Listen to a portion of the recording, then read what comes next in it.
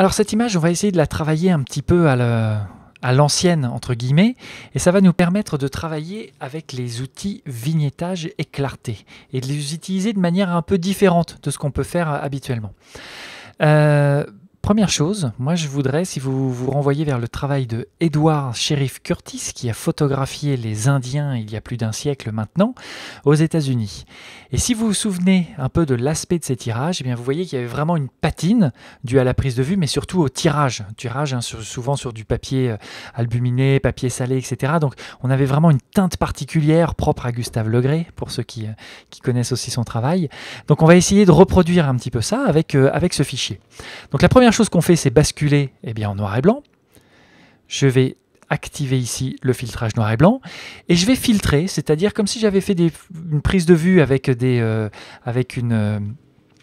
filtres, pour changer entre guillemets le contraste de mon image. Vous voyez, je vais essayer de partir sur quelque chose de plus neutre, d'un peu moins, de casser en fait le contraste, d'homogénéiser les rapports entre mon image. Une fois que j'ai fait ça, je vais dans la séparation tonale, et la séparation tonale, je vais donner une chromie. Je suis sur un fichier noir et blanc, mais je vais quand même lui donner une teinte. La teinte, on va la travailler un peu sépia évidemment, comme on le faisait à l'époque. On va essayer de retrouver le côté doré des marines de Le Gray ou ces tirages de Curtis. On prend la même valeur, puisqu'on veut une unité sur tout notre...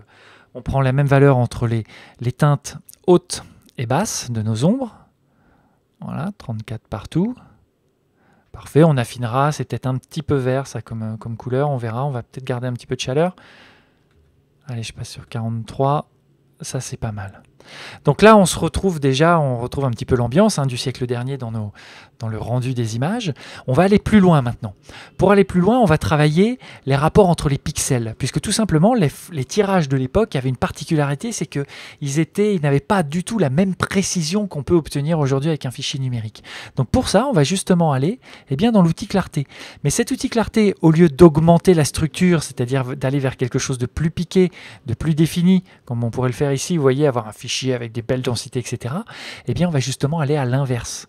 On va avoir tendance à flouter notre image pour lui donner un côté moins défini, plus flou et du coup obligatoirement plus vintage. Donc ça, c'est des réglages que vous ferez rarement sur vos tirages, parce que justement, on est plutôt aujourd'hui à la recherche de netteté, de précision.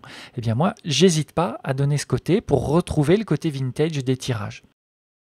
Ensuite, on va aller obligatoirement appliquer un petit peu de grain, puisque nos tirages, il y avait quand même une partie, voilà, vous voyez dans cette partie riche en sel d'argent, j'ai déjà un grain qui est précis. Je vais augmenter un petit peu la netteté, on va dire que c'est pour une vision justement écran, donc il faut que le grain il se voit, je fais un avant-après. Vous voyez que j'ai rajouté pas mal de grains sur mon image. Je peux augmenter un petit peu son impact. Et puis le dernier point qui est important, ça c'était vraiment classique aux optiques de l'époque et au tirage, c'est le vignettage. On n'avait pas la qualité d'optique qu'on peut obtenir aujourd'hui. Nos optiques étaient très vignettées, sauf que le vignettage sur un négatif, une fois qu'on tire, on a là aussi un vignettage négatif. On avait tendance à avoir des bords qui étaient surexposés. Et vous voyez que tout d'un coup, on a une patine radicalement différente sur notre tirage. Je reste bien en cadrage elliptique parce que je vais corriger mon cadrage, je vais déplacer du coup mon vignettage, vous voyez, en fonction de mon cadrage. Il y a encore deux petits réglages que je voudrais faire. C'était regagner un petit peu de contraste quand même, mais du micro-contraste. Voilà, pour avoir une précision un petit peu plus fine. C'était ça la particularité des tirages de l'époque, c'était des zones très précises et d'autres au contraire, toujours à la profondeur de champ, très floues, très évasives. Et puis, la couleur que je trouve encore un tout petit peu trop jaune, trop mordorée, je vais la réchauffer un petit peu. Voilà, pour côté un petit peu plus sépia. Voilà. Voilà un tirage que je trouve intéressant, pomme B, pomme T. Je trouve que là, on est complètement dans l'esprit des tirages de l'époque. Redécouvrez les travaux de Gustave Le Gray, de Curtis, etc. Vous verrez qu'il y a des choses magnifiques dans leur travail.